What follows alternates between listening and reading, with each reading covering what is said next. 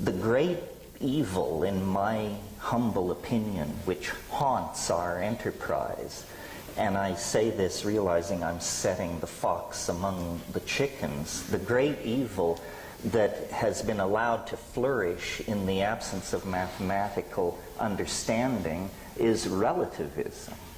And what is relativism? It's the idea that there is no distinction between shit and Shinola. That all ideas are somehow operating on equal footing. So one person is a chaos theorist, another is a follower of the revelations of this or that New Age guru. Someone else is channeling information from the Pleiades. And we have been taught that political correctness demands that we treat all these things with equal weight. Because we have no mathematical ability, no logical ability, we don't know how to ask the questions that expose some positions as preposterous, trivial, insulting to the intelligence, and unworthy of repetition. So we all are very comfortable bashing science and flailing away at that, but that isn't our enemy. Science is capable of undertaking its own reformation and critique, and has been engaged in that fairly vigorously for some time. The enemy that will really subvert the enterprise of building a world based on clarity is the belief that we cannot point out the pernicious forms of idiocy that flourish in our own community.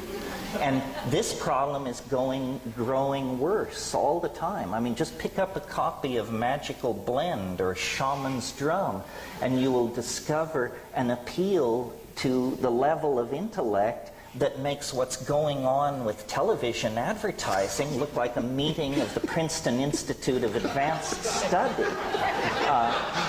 We have tolerated too many loose heads in our community. We are not willing to take on the karma involved in argument and discourse that actually gores somebody's ox. So that at the end of the day, iridology or Mormonism or some other form of institutionally supported foolishness lies in shreds on the floor. We consider this politically incorrect. I can feel the tension in this room because people sense I might gore their particular ox. If we had learned mathematical logic or reason or rules of evidence, when someone approaches us excited to inform us that the ruins of Lemuria have been spotted in the deep sea off Big Sur or something like that, we would be able to respond to that with the contempt it deserves. I had a conversation about this recently with someone who, if I had to describe their job category, I would describe them as mafiosa. And I said, what do you think of the abduction phenomenon? And without hesitation, this person said, there are just so many foolish people in the world.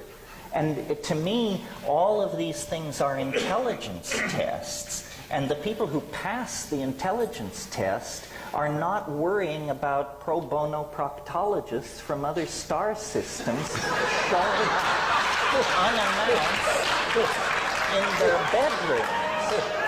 So, you know, we have perfected politeness. We have perfected the ability to listen to damn foolishness without betraying by so much as the flick of an eyebrow that we realize what we're in the presence of. Now I think it's time to refine our mathematical skills, learn to think straight, and not be afraid to denounce the pernicious forms of foolishness which are vitiating the energies of our community and making us appear marginal and absurd in the discourse about truly transforming society.